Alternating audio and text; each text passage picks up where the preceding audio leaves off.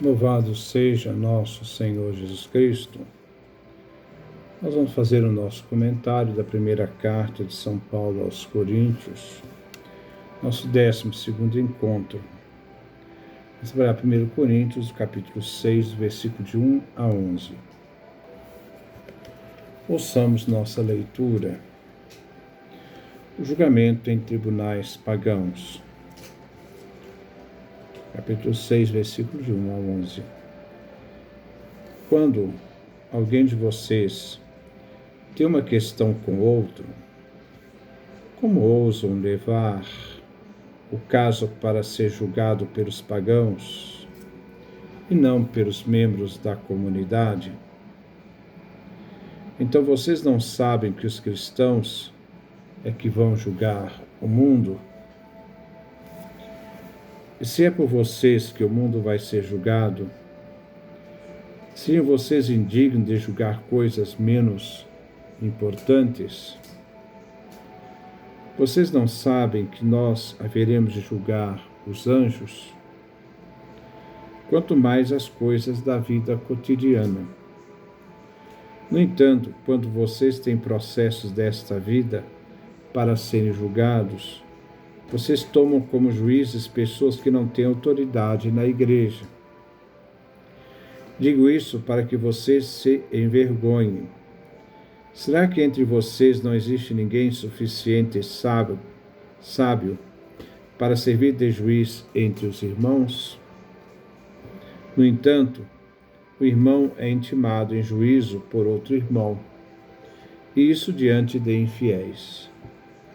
Só o fato de existirem questões entre vocês já mostra que vocês falharam completamente. Não seria melhor sofrer uma injustiça? Não seria melhor ser roubado? Ao contrário, são vocês que roubam e cometem injustiça. E isso com os próprios irmãos. Vocês não sabem que os injustos não herdarão o reino de Deus? Não se iludam. Nem os imorais, nem os idólatras, nem os adúlteros, nem os depravados, nem os efeminados, nem os sodomitas, nem os ladrões, nem os avarentos, nem os bêbados, nem os caluniadores irão herdar o reino de Deus. Alguns de vocês eram assim, mas vocês se lavaram, foram santificados, reabilitados pelo nome do Senhor Jesus Cristo e pelo Espírito do nosso Deus. Este é o texto que nós vamos refletir. Versículo 1. Quando alguém de vocês tem uma questão com o outro, como ousam levar o caso para ser julgado pelos pagãos e não pelos membros da comunidade? O mal tem dois aspectos. Existem entre os coríntios disputas sobre pequenas questões da vida, e eles vão a juízo perante tribunais pagãos para resolver a questão. A comunidade cristã de Corinto era pequena naquele tempo, formada de convertidos do paganismo. Era uma religião severa, uma comunidade de irmãos e irmãs. Isto é, a fama deles, de cristãos, era conhecida em toda a cidade, do rigorismo. A divergência e disputa da comunidade cristã irá impressionar os não cristãos e dispor contra o próprio cristianismo. É um contra-testemunho. Os tribunais pagãos iriam expor situações internas da igreja. As partes reclamantes teriam que chamar testemunhas para o tribunal pagão e expor a igreja. Versículo 2. Então vocês não sabem que os cristãos é que vão julgar o mundo? Se é por vocês que o mundo vai ser julgado, seriam vocês indignos de julgar coisas menos importantes? Paulo vivia naquele tempo sob o impacto da iminência do juízo final, visto que só o Pai sabe quando será o fim. Ele se considerava missionário do juízo universal que um dia viria. E tem consciência de que a Assembleia dos Eleitos tomará assento neste juízo. Por isso Paulo diz: vocês não sabem que os cristãos eleitos é que vão julgar o mundo? A igreja deve ter pessoas capazes para serem juízes dessas questões que Paulo diz ser menos importantes. Será que os cristãos não poderiam encontrar soluções adequadas para as disputas dentro de suas fileiras da igreja? Será que não tem gente com sabedoria suficiente dentro da igreja de Corinto para servir de juízes? Lembremos que no tempo de Paulo, a jurisprudência não era exercida com objetivismo e imparcialidade. Na sociedade romana corrupta, o suborno acontecia com certa frequência e as punições eram duras. Instituir na igreja cristã uma jurisprudência própria, como fizeram os judeus, não era fora de propósito para tentar fugir da corrupção da sociedade romana e também dos tribunais romanos. Versículo 3. Vocês não sabem que nós haveremos de julgar os anjos? Quanto mais as coisas da vida cotidiana. O desejo de Paulo é subtrair a igreja de um relacionamento de submissão ao mundo e à instituição jurídica do Império Romano. A igreja é uma fraternidade. É chamada a viver essa fraternidade. A solidariedade recíproca, o amor fraterno são forças capazes de criar novos relacionamentos marcados pelo mútuo efetivo reconhecimento do direito do outro. A igreja é capaz de resolver pacificamente rixas, litígios, interesses opostos, sem ter que apelar aos tribunais pagãos. Se os cristãos julgarão os anjos decaídos, missão importante dada aos membros da igreja, no julgamento final, quanto mais a igreja tem condição de julgar fatos do dia a dia da vida da comunidade. A ideia de que no julgamento final os santos, isto é, os cristãos, sentarão no tribunal para julgar o mundo e os anjos rebeldes, acorrentados à espera do julgamento, é tomada da apocalíptica. Antecedentes dessa ideia encontramos em Isaías, capítulo 24, 21 a 22, onde exércitos do céu, anjos e astros, comparecerão ao julgamento para serem julgados. Podemos ver também na segunda Pedro, carta de Pedro, capítulo 2, versículo 4. De fato, Deus não poupou os anjos que haviam pecado, mas lançou-os nos tenebrosos abismos do inferno, onde estão guardados à espera do dia do julgamento. Versículo 4. No entanto, quando vocês têm processos desta vida para serem julgados, vocês tomam como juízes pessoas que não têm autoridade na igreja. A comunidade cristã é o espaço de vida criado pela iniciativa salvífica de salvação de Deus, mediada por mediação do Cristo, em que a luta contra as forças da injustiça, do mal, deve ser tão séria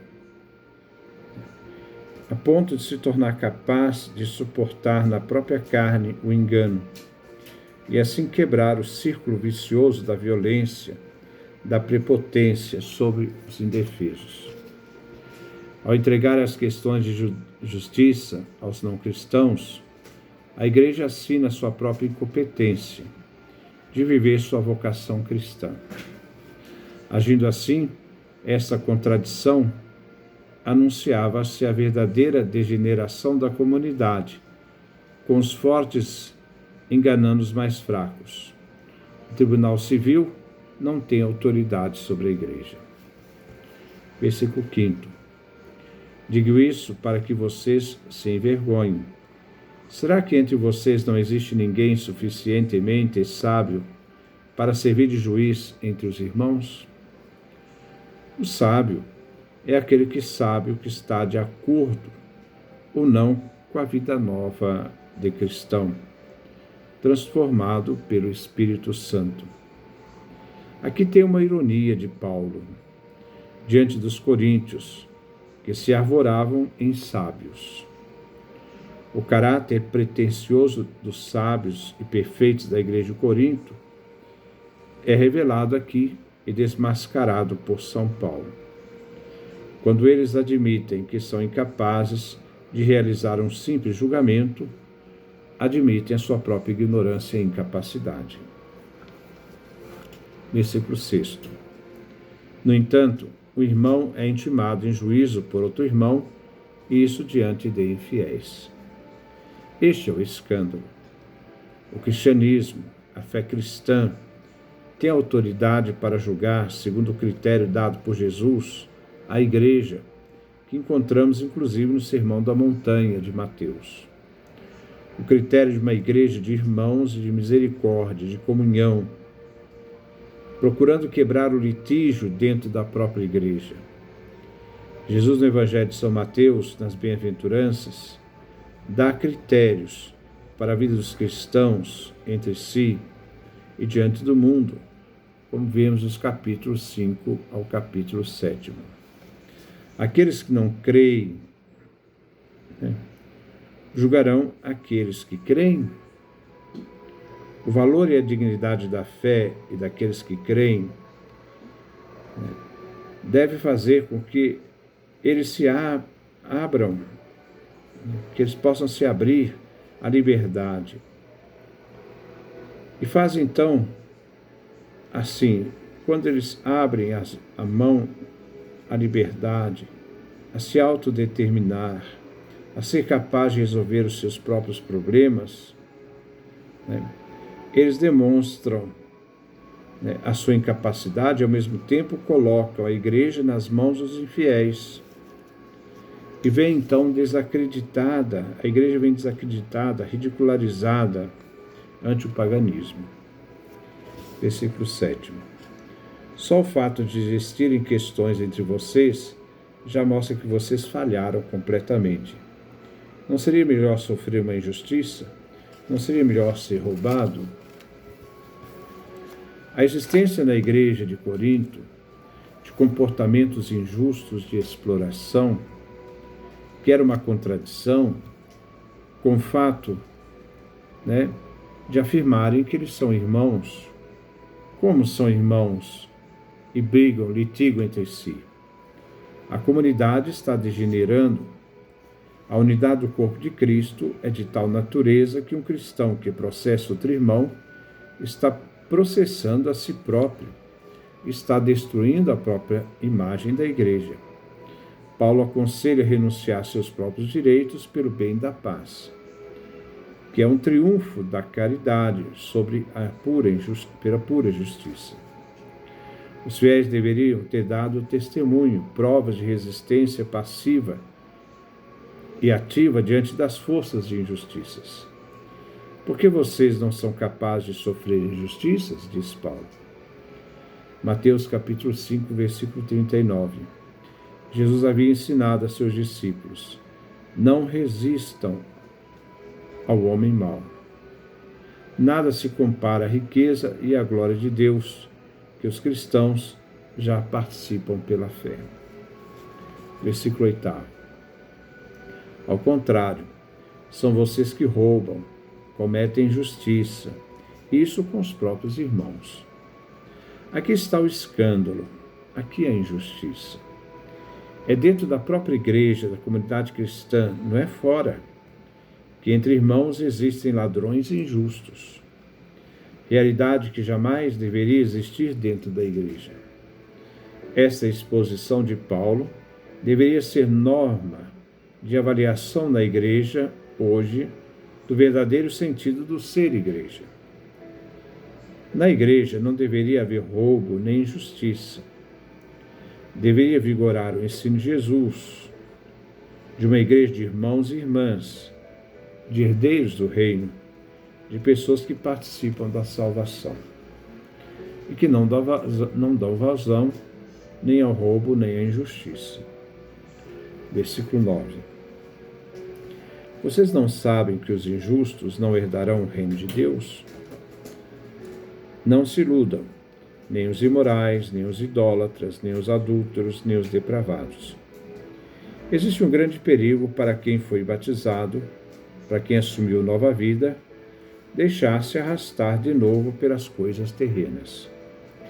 Os cristãos que foram justificados pelo sangue de Jesus crucificado na cruz, os cristãos não podem mais compactuar com a injustiça do mundo. Se assim compactuar, ele será, por escolha própria, privado do reino de Deus. Paulo apela aqui para o reino que exprime a salvação final. Quem comete injustiças não entrarão no reino de Deus. A injustiça é causa de exclusão da vida eterna. O apóstolo quer resguardar os cristãos de Corinto das ilusões enganadoras, vícios que cegam, pessoas que vendem propostas de felicidade e realizações, mas que criam vazios e destruições na vida da pessoa e das pessoas que estão à sua volta. A lista de vícios do versículo 9.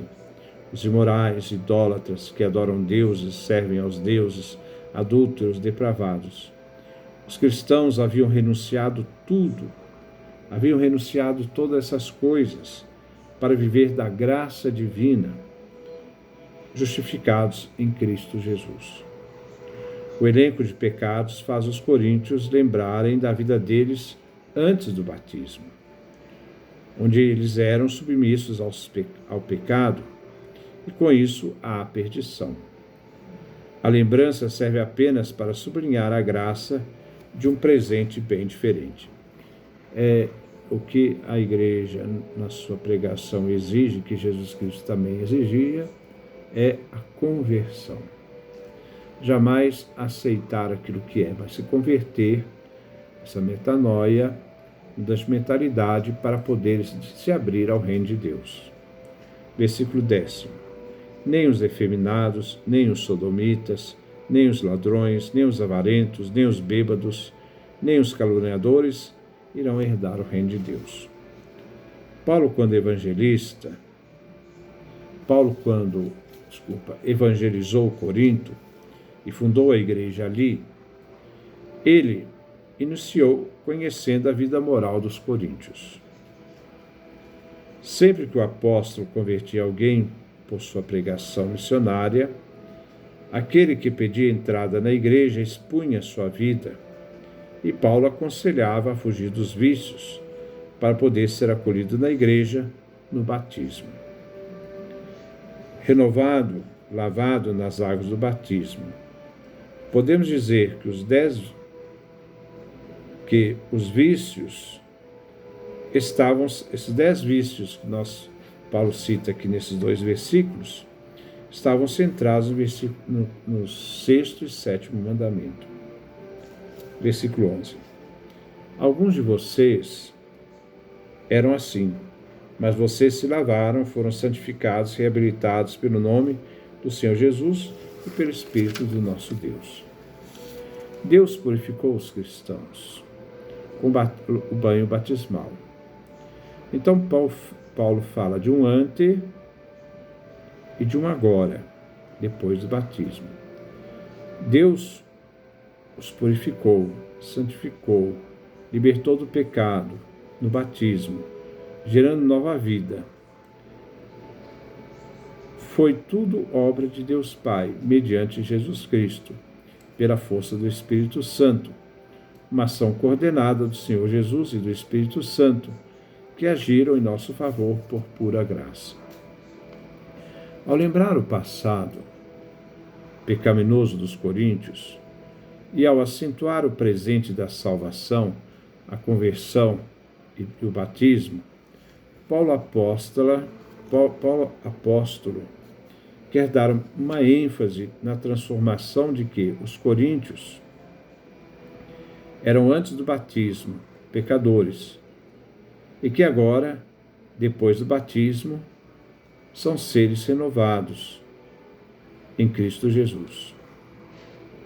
A Igreja deve empenhar, trabalhar com esforço, sustentado pela graça, deve viver e fazer viver a novidade do ser que foi regenerado pelo batismo. A pregação da Igreja de Corinto, pela pregação de Paulo, levou cristãos a se libertar da escravidão do pecado. Isto vale para o tempo de hoje. Que Deus nos dê a sua graça, a sua bênção, sua face resplandeça sobre nós.